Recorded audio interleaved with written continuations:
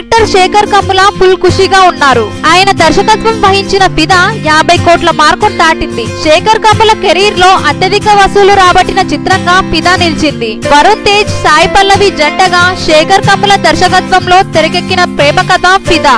America అబ్బాయి, తెలంగాణ అమ్మాయి మధ్య ప్రేమ నేపథ్యంలో సాగిన ఈ సినిమాకు ప్రేక్షకులు బ్రహ్మరథం పడుతున్నారు. విడుదలైన 2 వారాల్లోనే ఈ సినిమా ప్రపంచవ్యాప్తంగా 60 కోట్ల గ్రాస్ వసూలు చేసింది. లైఫ్ ఈజ్ బ్యూటిఫుల్ అనామిక నిరాశపరచడంతో ఈసారి ఎలాగైనా హిట్ కొట్టాలని కసితో ఫిదాను తెరకెక్కించారు. కథలో పెద్దగా కొత్తదనం లేకపోయినా శేఖర్ కమ్ముల టేకింగ్, వరుణ్ తేజ్ ఇమేజ్, సాయి పల్లవి నటన సినిమాకి బాగా కలిసొచ్చాయి. అమెరికాలో కూడా ఫిదా పరుగులు తీస్తోంది. జూలై 21న విడుదలైన ఈ సినిమా $2 మిలియన్ క్లబ్ కు చేరువలో ఉంది. సుమారు 60 కోట్ల బడ్జెట్ తో దిల్ రాజు ఫిదాని నిర్మించారు. మరిన్ని లేటెస్ట్ అప్డేట్స్ కోసం మా ఛానల్ ని సబ్స్క్రైబ్ చేయండి.